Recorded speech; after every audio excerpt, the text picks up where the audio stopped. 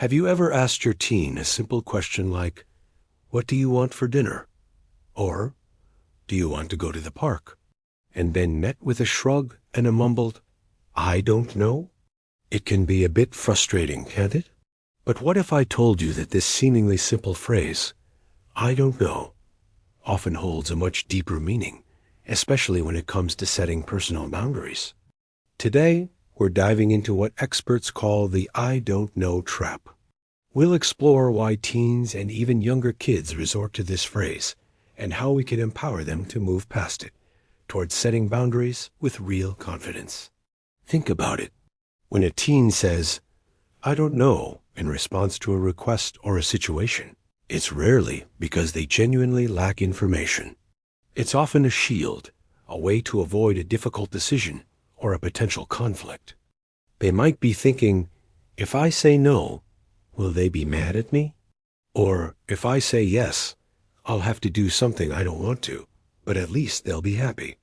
"I don't know" becomes a neutral ground, a temporary escape from the pressure of making a choice that might displease someone. This is especially common when the stakes are higher than choosing a dinner option.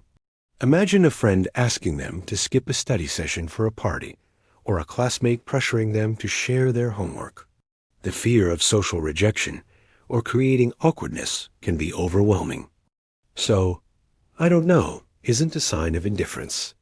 It's often a sign of internal conflict. They're weighing their own needs against the perceived expectations of others, and they feel stuck. Psychologically, this is a form of avoidance coping. It's a strategy used to evade a stressful situation rather than confronting it directly. While it might provide temporary relief, it prevents them from developing crucial life skills like decision-making and assertive communication. Interestingly, scientific research in neuroscience sheds some light on this. The prefrontal cortex, the part of the brain responsible for rational decision-making, weighing future consequences, and managing social behavior, is still under heavy construction during the teenage years. This developmental stage means that teens are more influenced by the limbic system, the brain's emotional center. This can make them more sensitive to peer pressure and social rewards, making it biologically harder to say no when they fear it might lead to social exclusion. So, when they say, "I don't know," it's not just a flippant response. Their brain is literally in a tug-of-war between the emotional desire to fit in and a rational understanding of what's best for them. The "I don't know" is the sound of that battle playing out. Understanding this helps us shift our perspective from frustration to empathy. They aren't trying to be difficult. They are navigating a complex social and neurological landscape.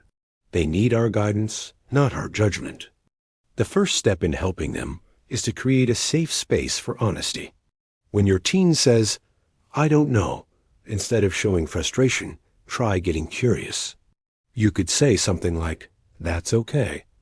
It sounds like a tricky decision. What are the different parts you're thinking about?" This simple shift in your response validates their struggle.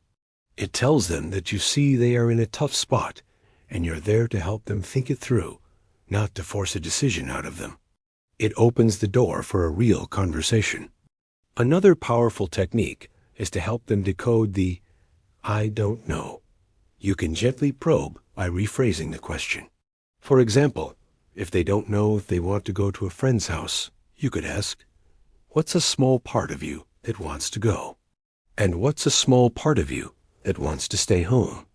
This breaks the decision down into smaller, less intimidating pieces. It helps them identify the conflicting feelings they're experiencing. They might realize, "I want to see my friend, but I'm really tired and need a break." Once they voice this, they're no longer stuck in, "I don't know." They've identified their needs. The next step is helping them articulate those needs as a boundary.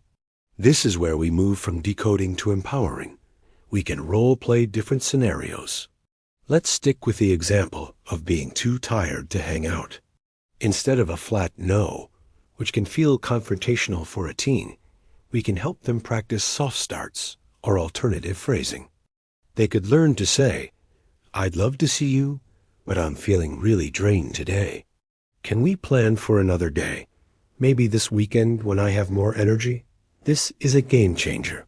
It validates the other person's request while still honoring their own need for rest. Notice how this response isn't a rejection of the person, but a statement of their own capacity at that moment. This is the core of healthy boundary setting. It's not about pushing people away. It's about taking care of yourself so you can show up better in your relationships. Let's talk about the word no. For many kids and teens, no feels like a very big, very final, and very scary word. There's a fear that saying no will make them seem mean, selfish, or uncooperative. We can help them by expanding their vocabulary for setting boundaries. No doesn't always have to be a single word. It can be a full sentence. It can be a not right now, or an I'm not comfortable with that, or an I to think about that and get back to you. A study on assertiveness training found that individuals who were taught a variety of refusal strategies felt more confident and were more successful in setting boundaries than those who were only taught to say a direct no. The key is having options. Providing them with a toolkit of phrases gives them flexibility. For instance, if a friend is pressuring them to try something they're not ready for, instead of a panicked, I don't know, they could have a pre-rehearsed line like, that's not really my thing, but thanks for the offer, or I'm going to pass on that for now. These phrases are polite, firm, and clear.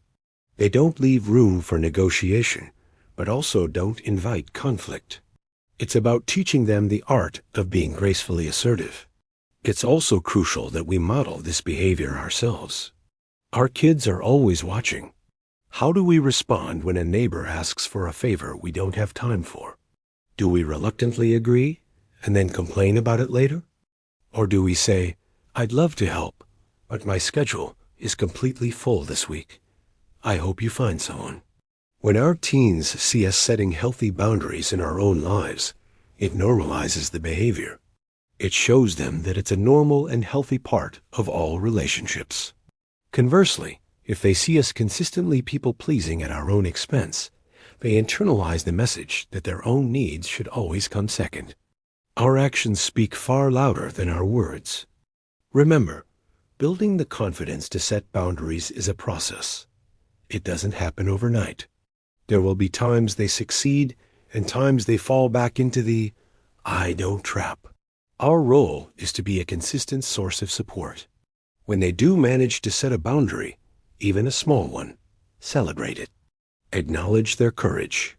You could say, I know it was hard for you to tell your friend you couldn't hang out, and I'm really proud of you for listening to your need for rest.